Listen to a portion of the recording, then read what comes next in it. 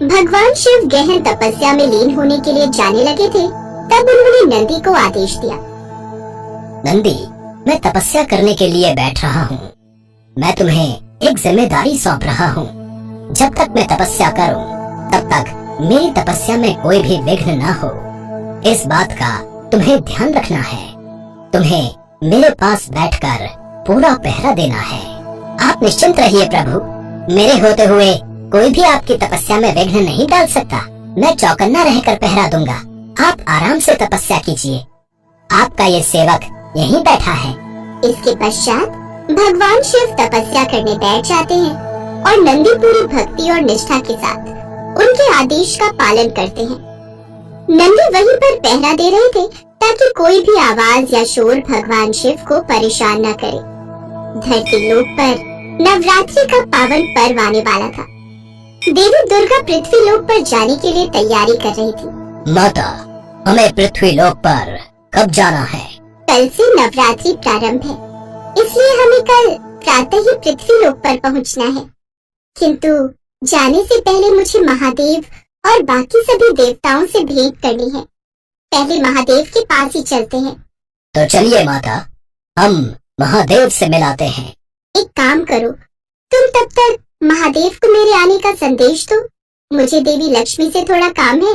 मैं उनसे भेंट करके उसके पश्चात कैलाश पर पहुंचती हूँ। जो आज्ञा माता। मैं महादेव को आपके आने की सूचना दे देता हूँ।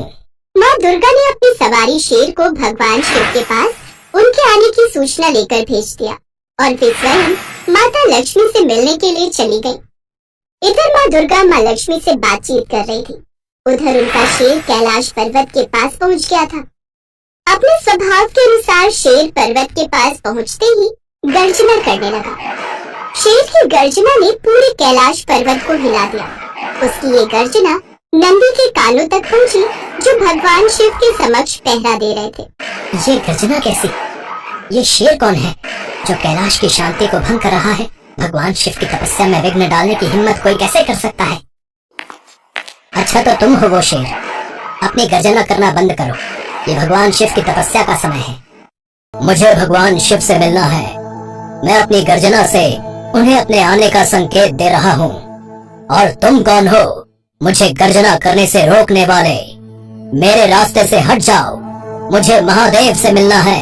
मैं भगवान शिव का सेवक हूँ, उनका प्रहरी हूँ। तुझे यहाँ एक कदम भी आगे नहीं बढ़ने दूंगा। नंदी की बातें सुनकर शेर भी क्रोध में आ गया। तुम मेरी शक्ति से परिचित नहीं हो। मैं चाहूँ तो तुम्हें पछाड़कर अभी आगे बढ़ सकता हूँ। मैं माँ दुर्गा का वाहन हूँ। मेरे मार्ग में बाधा मत डालो, अन्यथा तुम्हारे लिए सही नहीं होगा। हे सिंह, चाहे तुम माँ दुर्गा के वाहन हो या किसी और देवी देवता के, भगवान शिव ने मुझसे कहा है कि उनकी तपस्या के दौरान कोई भी उन्हें परेशान न करे। मैं उनके आदेश का पालन कर रहा हूँ और मैं तब तक अपनी जगह से नहीं हटूंगा जब तक स्वयं महादेव मुझे अनुमति नहीं देते। नंदी की बातें सुनकर सिंह को और क्रोध आ गया। देखो नंदी, अगर तुम अपना सेवक धर्म निभा रहे हो तो मैं भी अपना सेवक धर्म निभाने से पीछे नहीं हटूंगा। मैं महादेव से मिलकर ही रहूंगा। मैं पीछे नहीं लौटूंगा। मेरे रास्ते से हट जाओ। माँ दुर्गा के वाहन शेर ने नंदी के ऊपर हमला किया। नंदी ने अपने आप को बचाया और उसके पश्चात दोनों में भीषण युद्ध छिड़ गया। शेर अपनी पूरी शक्ति से नंदी पर वार करने लगा, लेकिन नंदी ने भी अपनी ताकत से हर वार का सामना किया और इसी दौरान माँ दुर्गा कैलाश पर्वत पर पहुंच जाती हैं। उन्होंने देखा कि उनके शेर और शिवजी के नंदी आपस में लड़ रहे हैं। इतनी देर में शिवजी भी तपस्या से जाग जाते हैं। उन्होंने भी जब माता दुर्गा के शेर और अपनी गण नंदी को युद्ध करते देखा तो वो भी चकित रह गए। ये आप दोनों इस तरह युद्ध क्यों कर रहे हैं? आखिर युद्ध का विषय क्या है? माता, ये नंदी मुझे भगवान शिव से मिलने के लिए मना कर रहा है। मैं तो बस आपकी आज्ञा का पालन कर रहा था। प्रणाम माता, मैं भी महादेव की आज्ञा का पालन कर रहा था। मुझे महादेव ने आज्ञा दी थी कि जब तक वे समाधि से ना जागे तब तक मैं किसी को उनसे मिलने की अनुमति ना दूं। मैं भी तो माँ दुर्गा की आज्ञा का पालन ही कर रहा था। मुझे माँ दुर्गा ने महादेव को उनके आने की सूचना लेकर भेजा था, किंतु तुमने मेरी बात को सुना ही नहीं। क्षमा कीजिए माता, मुझे जो सही लगा मैंने वही किया।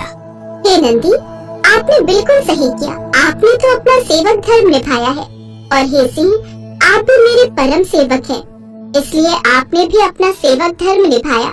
यहाँ किसी की भी गलती नहीं है। आप दोनों तो अपना अपना कर्तव्य निभा रहे थे। देवी दुर्गा, आप बिल्कुल सत्य कह रही हैं। नंदी और शेर दोनों ने भली भांति पूर्ण निष्ठावान होकर अपना अपना सेवक धर्म निभाया है। मैं नंदी और शेर दोनों के साहस को देखकर अति प्रसन्न हूँ। आप दोनों सच्चे भक्त हो, सच्चे सेवक हो।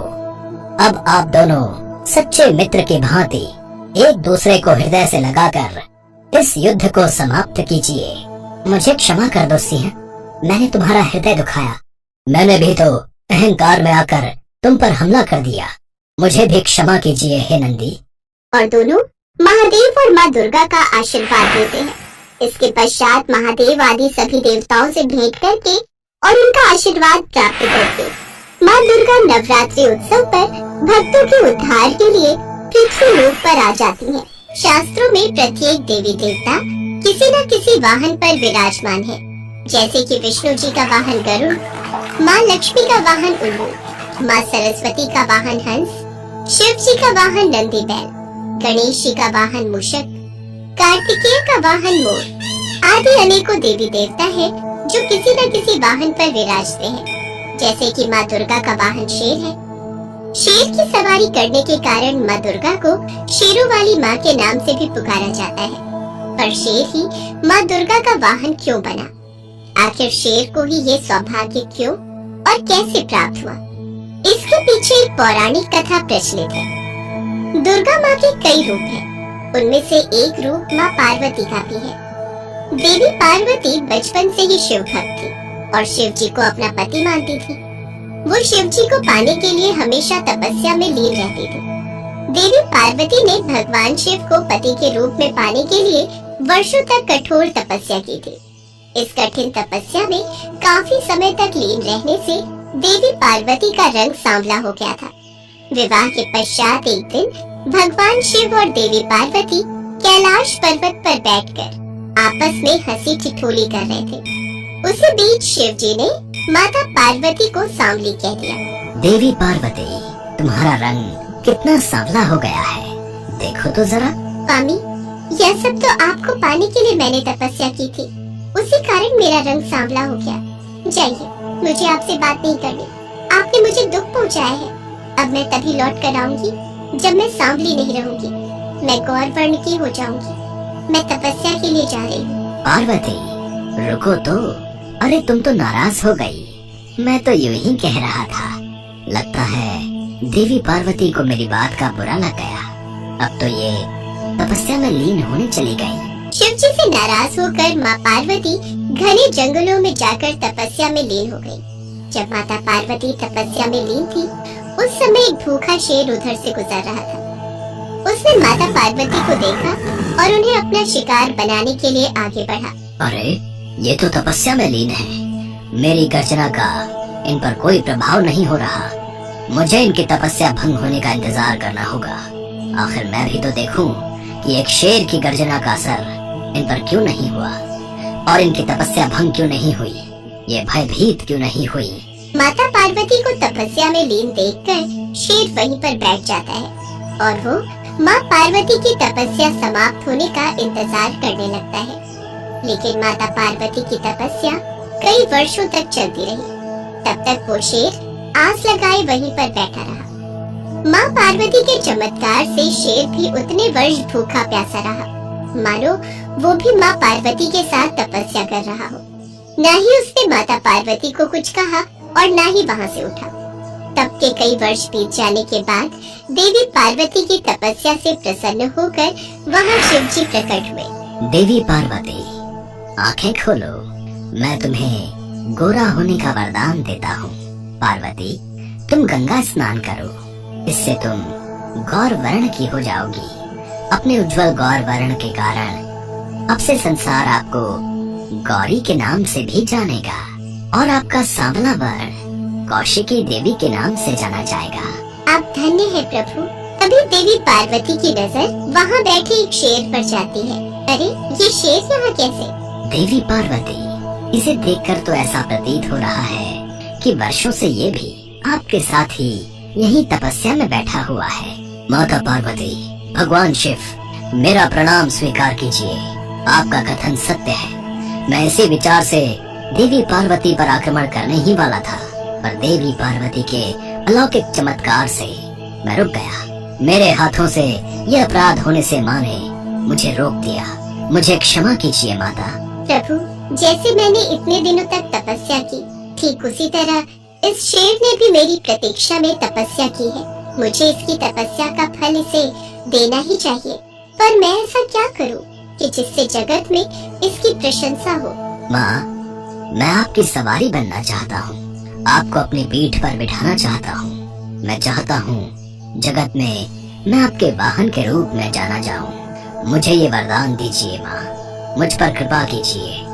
मैं आपके अंग संग रहकर आपकी सेवा और भक्ति करना चाहता हूँ। देवी पार्वती, अब तो इस शेर को वाहन बनाकर आपको इसकी इच्छा पूरी करनी ही होगी, और अब आपको शेरों वाली के नाम से भी पुकारा जाएगा। देवी पार्वती मुस्कुरा देती है और शेर को वरदान देते हुए उसे अपना वाहन बना लेती है। शेर पर सवारी करने के लिए माँ दुर्गा के रूप में माँ पार्वती शेर पर सवार होती है। तभी स्वर्ग में उपस्थित सभी देवी देवता उन पर फूलों की वर्षा करने लगते हैं। गंगा में स्नान करके माँ पार्वती माँ गौरी के रूप में जाने लगी। उनका श्याम वर्ण कौशिकी देवी के नाम से प्रसिद्ध हुआ और शेर की सवारी करने वाली माँ दुर्गा के रूप में पूरा संसार उन्हें शेरों वाली के नाम से पुकारने लगा, और तभी से